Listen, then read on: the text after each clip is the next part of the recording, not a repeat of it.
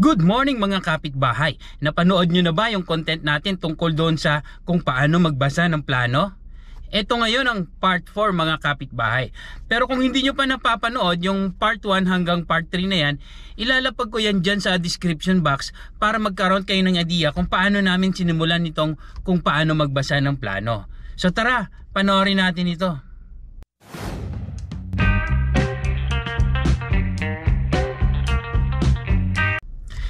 Ito ang schedule of column footing. So, ito yon. Ito yung drawing na yon. Puntahan natin yung blow-up plan ng pundasyon. So, ang pundasyon niya ay 1.5 meters, yan, by 1.5 meters. So, etong size na to, yan yung protective covering. Yan yung minimum distance niya ng bakal hanggang doon sa edge ng konkreto, 75 mm.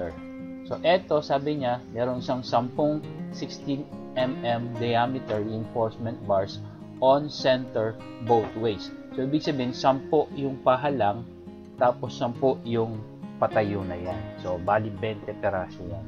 So, etong hidden line na to, yan yung poste niya. Meron siyang written dimension dyan, 0.5 meters yung edge niya, sa kabila 0.5 meters, at ang lapad niya ay kalahating metro din. Ang kapal niya ay 25 cm. Ito.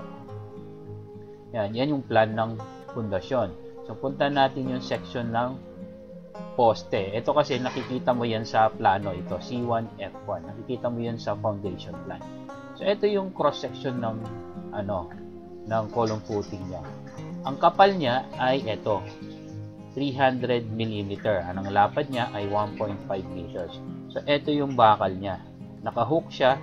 Ito yung parilya, okay? Tapos ito yung protective covering niya na 75 mm. Ito yung sinasabi niyang bakal na 10 16 mm diameter reinforcement bars on center both ways. So, ito yun. Tapos ito yung well compacted gravel base. So ito merong graba na binubudbud muna tayo diyan bago natin buhusan yung pundasyon na yan. So ito ngayon yung main bars. Ito naka eskwala na to. Ayun, ituturo niya. Ayun, 8 na 16 mm diameter main reinforcement bars. Ito yon. Tapos, ito ngayon yung mga lateral ties. So, magkaiba to Sa poste, ang tawag dyan ay lateral ties. Sa biga, ang tawag dyan ay stirrups. So, may spacing yan. Ito binabanggit niya. 10 mm lateral ties. Ang spacing niya, 2 sa 50 mm, 3 sa 100 mm. So, lahat ay 250 mm on centers. So, take note lang mga kapitbahay. Kakaiba ang distansya niyan. Depende dun sa design ng civil engineer. So, yan yung section niya. Tingnan naman natin yung detalye ng poste. So, ito yung poste niya, ito yan, C1, column 1. Ang size niya ay 250 mm by 500 mm. So, malaki ito. Meron tong 16 mm diameter na bakal. Ito yun, 1, 2, 3, 4, 5, 6, 7, 8. Ito ngayon yung paikot na to, yan yung lateral ties. So, nakahook yan na ganun. So, ang lateral ties niya, sabi niya, ito ang spacing. 2 sa 50 mm, 3 sa 100 mm, the rest ay 250 mm on center. So, yan yung column 1. So, pag akyat niya sa second floor, ito na yung detalye niya. Lumiit na siya. 200 by 400. Tapos ang bakal niya, 4 na lang. So, ito ay C2. So, makikita mo rin yan sa foundation plan. Dalawang klase ng poste. Column 1, column 2, or kung meron pang column 3. So, yun. Ito naman, ang schedule of wall footing. Ito mga tropa, ang common detail ng wall and wall footing. Yan. Ang basic na makikita nyo dito ay yung lalim ng wall footing at yung kapal ng wall footing at yung size ng hollow blocks. So, ito ngayon ang size ng wall footing. Ang kapal niya ay 200 mm at ang lapad niya ay 400 mm or 0.4 meter. So, ayun. Ang size ng bakal niya, ayun, sabi niya, 3 10 mm diameter na continuous bars. Ito yung continuous bars. Ito. 1, 2, 3. So, yung iba, ginagawa lang dyan 2. Pero sa case na to, 3 ang pinalagay ng engineer namin. Tapos ito, kung makikita nyo to, ito yung gravel base. Di ba bago natin buhusan yung pundasyon na yan, binubudburan natin ng grabe yan na ang kapal niya mga 2 inches. Pwede na yon. So dito sabi niya kasi 100 mm. So 2 inches pwede na. So yun. So ito yung lalim ng pundasyon niya, 0.6 meter. Mula doon sa pinaka ilalim ng hukay hanggang doon sa natural grade line. So itong NGL na to, ibig sabihin niya natural grade line. So yan yung natural na height ng lupa, ng elevation niya.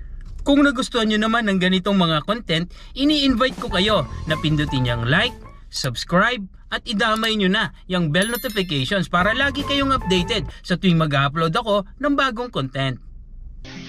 So etong naka-hook na to, yan yung transverse bars. Ayan. Ang spacing niya ay 300 mm on center. So, marami yan. Sunod-sunod na ganun yan. Tapos, etong naka-eskwala na to, ito naman yung dowels mo, yung abang mo dun sa asintada, yung vertical bars. So, ito yan. 10 mm vertical bars spaced at 0.6 or 600 mm on center. Yung iba, nilalagay pa dyan 800 mm o 0.8. Pero, pinaka-safe to sa 0.6 meter. So, ito naman, yan yung horizontal bar. Sabi niya, 10 mm diameter. Ito yung diameter. Horizontal bars at every third layer of CHP. Sabi niya, kada 3 patong ng hollow blocks, maglalagay ka ng horizontal bar. Base drawing na yan. So, ang sabi niya rin dito, 150 mm thick CHP.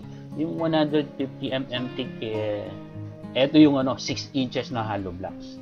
So, yan. Tapos, ang palitada niya, 25 mm thick wall plaster.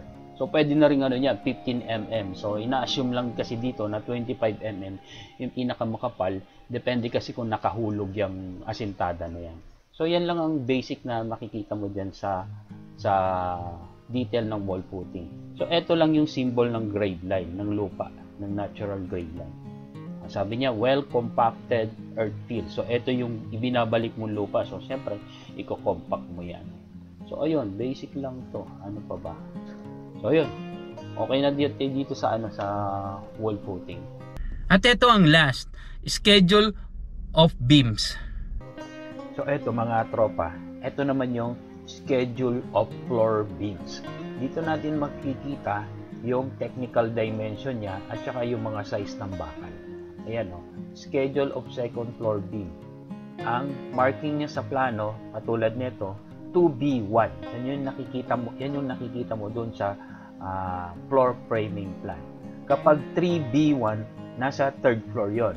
Pag 4B1, nasa fourth floor. So, ito nasa second floor, 2B1. So, maraming detail yan. Maraming pangalan yung beam niya kasi magkakaiba sila ng sukat at detalye. Kaya, mayroong B1, B2, etc. Merong CB, cantilever beam. Sa dulo, merong roof beam. Ayun. So, dito makikita mo yung sukat niya. Yung 250 by 500 mm. So, yan yung technical dimension ng biga na 2B1. Ito naman, schedule niya ng bakal. Meron siyang sa left support, sa top bar na 4. Sa bottom, 2. Sa mid-span, meron siyang top na 2. Meron siyang 3 sa baba. Sa right support, 5, 3. So, ito yung bar diameter niya. Naka-specify dito. 25 mm diameter. So, ito yung stirrups naman niya. Remember, magkakaiba din ang nilalabas na design ng mga civil engineer pagdating din sa spacing ng stirrups. Tingnan natin yung cross-section na itong example ng biga para mas madali natin maintindihan.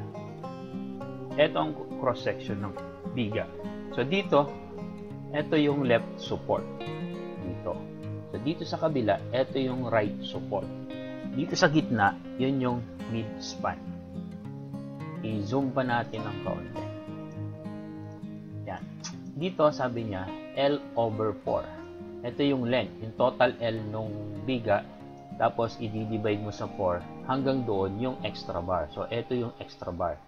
So, ito yung top bars. Nandito yung top bars, nandito yung bottom bars.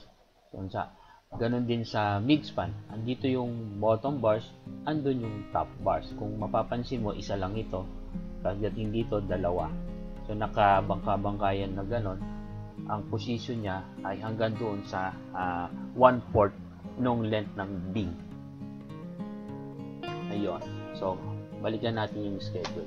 So, ang sabi niya, sa left support, meron siyang 4 sa top. Okay, sa bottom, may 2 siya. So, tignan natin yung sample. So, dito 4 yun kasi ito, 2 dito sa banda rito, 2 dun sa likod niya, kaya 4 yan. Ito yung bottom bars niya. Ayun.